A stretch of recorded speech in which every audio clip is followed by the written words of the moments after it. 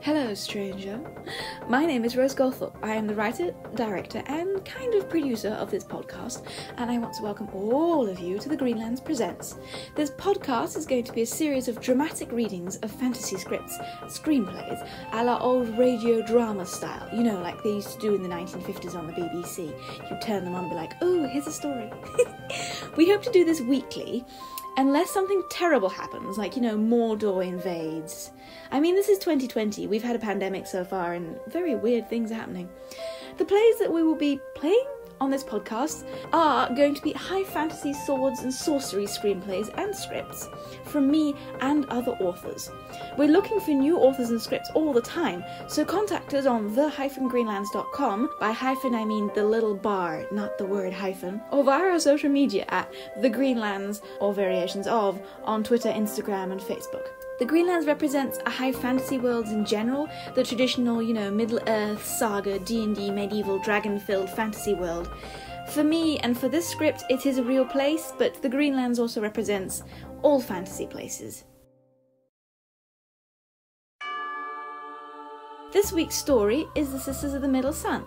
I'm a filmmaker, and the script is the first in a series of 4 feature films that I'm hoping to be filming soon, once this disaster is over. The stories follow a group of sun-worshipping priestesses who have to handle demons and monsters that for once are not an external metaphorical representation of internal struggles. Yes, I had to get a thesaurus for that. I would like to thank our amazing actors and actresses who brought these characters to life. In no particular order: Sam Parry, Brigid Hemingway, Helen Varey, Linda Dootson, Kate Newall, David McCran, Frances Broudie-Oldridge, and Faye Massey. And of course, not to forget, our narrator, Anne-Marie Goldthorp. Yes, she is related to me, no, don't ask. If you want more information about the Greenlands, or want to submit a script, or want to be a voice actor, or even just drown us in gold, tweet at us, Instagram at us, you know, slide into our DMs, or go to our website, the-greenlands.com. So let's grab our axes, bows, pointy ears, teenage angst, unresolved daddy issues, and see you in the Greenlands. Convent, outside the sanctuary gate, morning. The small congregation are filing out of the sanctuary. Letice is collecting with the dish.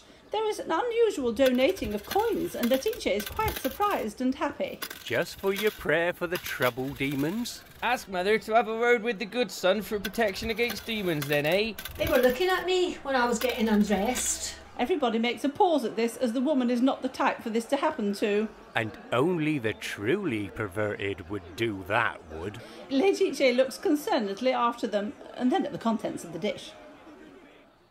The convent, in the garden. It is morning. An old man comes out of Aggie's consultation hut in the garden. He is examining a bottle of liquid and holding it reverently. Aggie then comes out of the door to collect the next patient. She turns and sees an entire knot of 5 or 6 old male peasants. Each sees her and holds out money, or thrusts money bags at her. She grins evilly. Convent study day. Euphemia is repeatedly dipping her quill into her ink and attempting to write her thesis, but no ink emerges onto the page. She squints at the nib. It is, of course, it then spints ink at her face. Letice is dusting and watching her. Really? Maybe it is one of those demons. Please, Letice, not you too. She gets up and cuts herself another quill. Peasant house, kitchen, evening. The middle-aged husband finishes his stew and pushes the bowl away from himself with a sigh of satisfaction. Oh, that were reet nice. What were it I saw you put in it, then? His wife, standing by the sink, hastily and surreptitiously pushes one of Aggie's brown potion bottles away amongst the other kitchen condiments. With just some of the priestess's herbs, love, you know, for flavour like. Their 7-year-old son is playing with the drum sitting on the floor. He is striking a rhythmic beat. The man stands up, catches hold of his wife and whirls her round in a dance in time to the rhythm. The wife looks amazed. He holds his cheek against hers and smiles. We haven't had a dance, love, in quite a while. He rumpers energetically, pauses, inspects her hair, and then continues. I ever told you you are a very enticing woman? Oh, Harry, not in front of the child. It might be fun to make some more of them. you know. He goes to kiss his wife shrieks and giggles kittishly as he drags her off to the stairs. Agatha has been standing outside in the dark, looking in the window. She grins and rubs her hands in satisfaction. Convent, garden, morning. There is a melee of about 12 men, both young and old, nearest to the outside of Aggie's garden consultation hut. They appear to be in disagreements and fighting for the line. Patience comes from one behind them in concern and coughs. All of the men quieten and look up in rapture at her beauty. Patience approaches them. Is everything okay? All the men suddenly go, it's just nothing really. We've come to see Sister Agatha. Patience leans over towards an elderly peasant and asks him, Master Hamstrung, what is it that you want from Senior Agatha, please? Master Hamstrung shuffles his feet and looks a little embarrassed.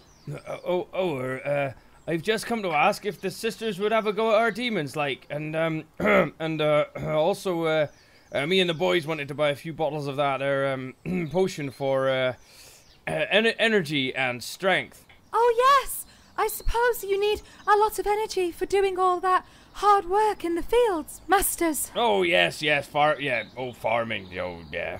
No, it's very hard work. Patience smiles, beamingly at them all. I'll just get you some of Senior Agatha's latest batch. She returns into the hut, and the peasants all crane wistfully after her as she goes. Village, a field, morning. Agatha and a peasant's wife are walking towards a railed field which contains some sheep. Thank you for coming, sister. It's just Harry. The husband? No, our ram. We called him Harry too, to avoid confusion. Agatha stares at her. They arrive at the fence and lean over looking at the sheep. We don't really see the sheep, but we see a pink haze, and there's intermittent farting noises and bubbling noises. Well, the drink you gave me husband worked so well, and our Harry the ram has been underperforming recently, so I gave some to him, hoping it would have the same effect. Agatha cackles. She pulls out a bottle from her sleeves. This stuff is to be given to Harry husbands, not to be given to Harry sheep, woman. Don't worry, though. The effects won't last long. They should stop by themselves. The farting suddenly becomes continual. The bubbles increase and crescendos, but eventually it subsides into a mere hiss, which eventually stops and the pink cloud fades. There now. I told him it wasn't demons. Agatha cackles to herself and heads back to the sanctuary. Convent, in the yard, morning. Agatha walks past Patience, who has a basket of washing to hang up. She has just hung up a sheet with several pegs. Then suddenly each peg is invisibly pulled sequentially out and the sheet falls to the floor. Patience is angry and puts her hands on her hips. She picks up the sheet again and rehangs it. The sheet starts to pull away again. Look here, you. I'm trying to dry you out. If you do not behave, I will take you back to the laundry and beat you again. The washing looks contrite and settles down. Thank you. The convent, hallway, in the afternoon. Two female peasants sit on chairs waiting their turn outside of Blodwen's fortune-telling room. The door opens and Blodwen, in full gypsy garb, shakes hands with an exiting male peasant who is smiling. So next week is definitely all right for the harvest then, sister? Oh, aye.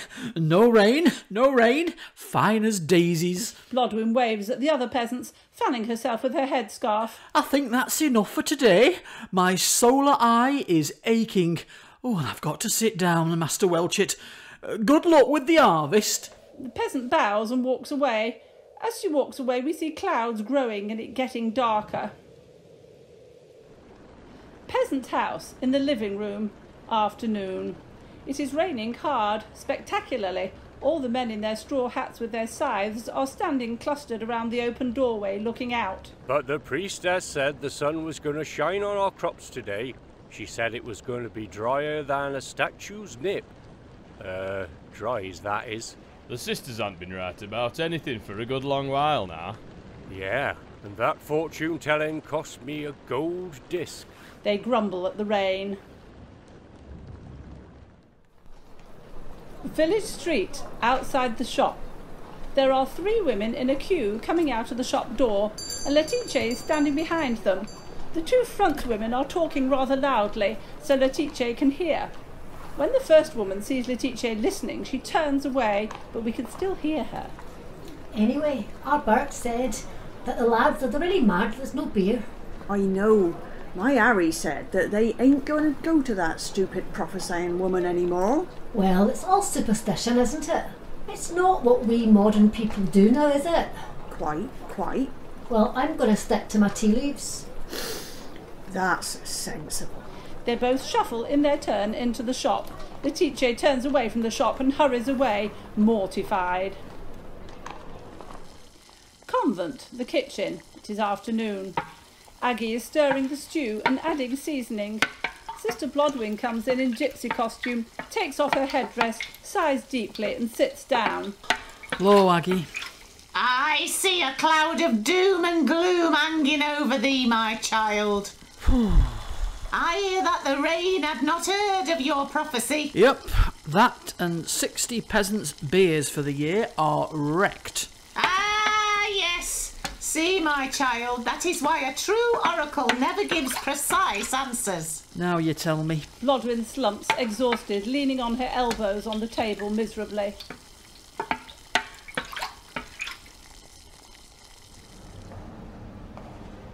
The convent, church, day. The priestesses are in the outdoor sanctuary. There are a lot of angry peasants there too. The mother abbess is standing on her preaching log watching them. Her eyes slide to a desperate-looking Blodwyn standing nearby with the other priestesses.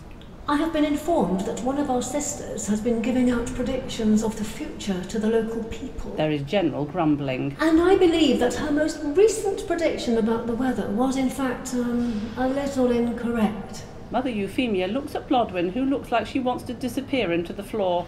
Mother sighs. As you all might have noticed, the village is currently plagued with demons. Mother Euphemia sighs, closes her eyes and opens them again. I am of the personal opinion that these demons are in fact responsible for the incorrect predictions. They have interfered with our sister's solar eye. Mother Euphemia looks like she has eaten something very bitter, but the villagers look among each other and seem impressed. As you all might know, I do not accept the existence of these creatures lightly, but more and more evidence seems to be mounting, leading me to this conclusion. Sister Blodwyn will go through a course of prayer and purification and will no longer be doing predictions until we are sure her solar eye is no longer affected. I thank you for all your kind understanding and patience with this issue as we work together to resolve it. Mother Euphemia smiles, bows to the congregation and turns to the altar to start the ceremony. Blodwyn sighs in relief and the peasants murmur among themselves.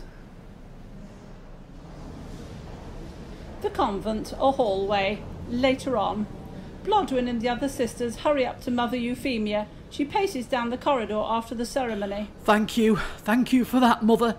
I am so sorry I made you go against your beliefs to save me. Mother takes Blodwyn's hands in her. It's quite all right, sister.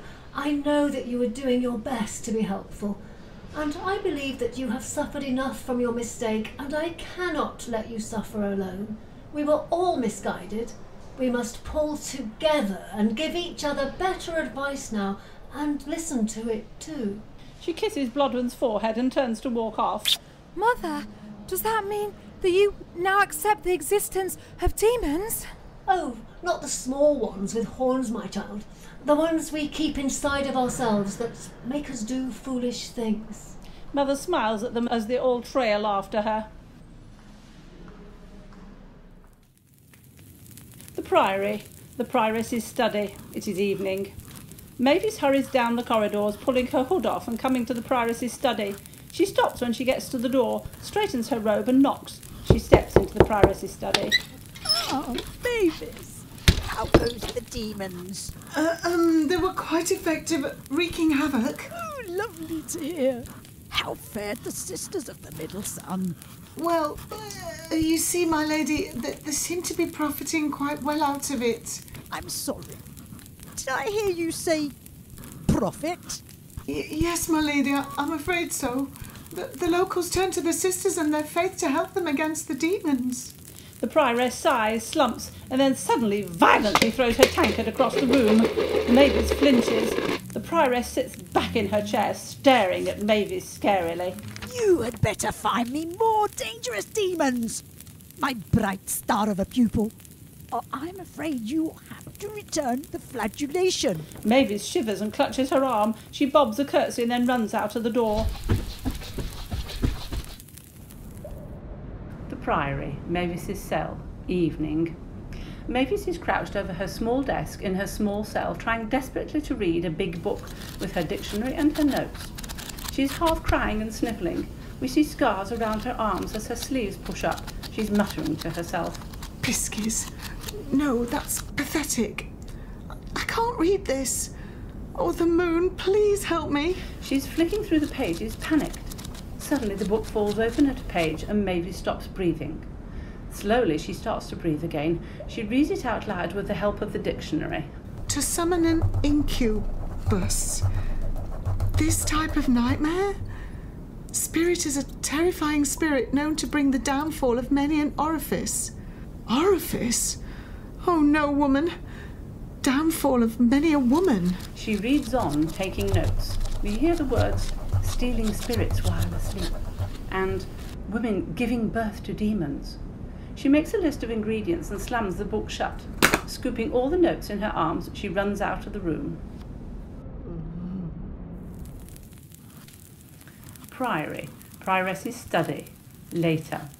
The Prioress is seated at her desk, her fingers curled across her face, listening as Mavis stutters out her explanation of the incubi. Sanctimony and Bluster are both sitting around the office watching her. Yes, they steal women's souls while they sleep and replace them with a demon, which she then gives birth to, m'lady. That definitely sounds inconvenient. The loss of their spirits would be a sufficiently regretful incident, but the chaste sisters giving birth to demon babies would finish their order forever. Begging your pardon, milady, but as you might know, I do my best not to physically hurt other women in my business affairs. This sounds a bit, for the want of a better word, assaulty. The two senior sisters stare at her. I see your concern, where your concern lies. No, it would not be abuse per se. It is entirely a matter of spirit. No one is even remotely physically hurt. Bluster looks unconvinced, but sits back. Right, all is settled. Let us summon this creature. Mavis, you had better have brought the ingredients.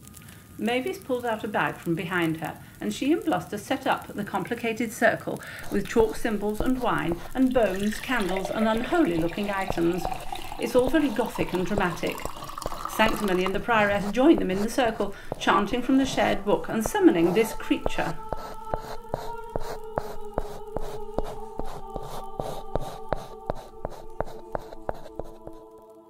Bluster has to put her hand in a small circle on the floor off the main circle and looks a little confused.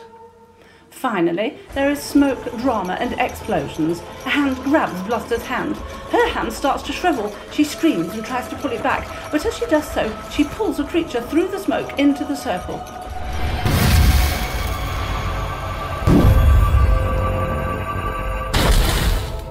It lets go of Bluster's hand and she collapses, whimpering. Mavis hurries to her. The creature is standing in the circle. It is a very attractive male wearing a full-body fetish outfit complete with whip and leather dog harness. The sisters gawp at him. Oh, you summoned me, little woman. The Prioress swallows and steps forward over Bluster. Bow when you speak to me, you unholy fiend from the nether regions. The incubus smirks at her and mockingly bows. Whatever my fair lady desires, I am here to please. I have summoned you to go and do whatever it is you perverted beings to the abyss of the middle sun in the sanctuary near here. As payment for your job, you get to keep her spirit. Oh, fun. It's a long time since I met an abbess. The last one was so much fun. The incubus stretches and vanishes, leaving the study in a mess, a whimpering Bluster and a panicked Mavis. The prioress grins evilly. Thank you for listening to this episode of Sisters in the Middle Sun from the Greenlands Presents. I hope you enjoyed it. If you drop us a like, a subscribe, or review,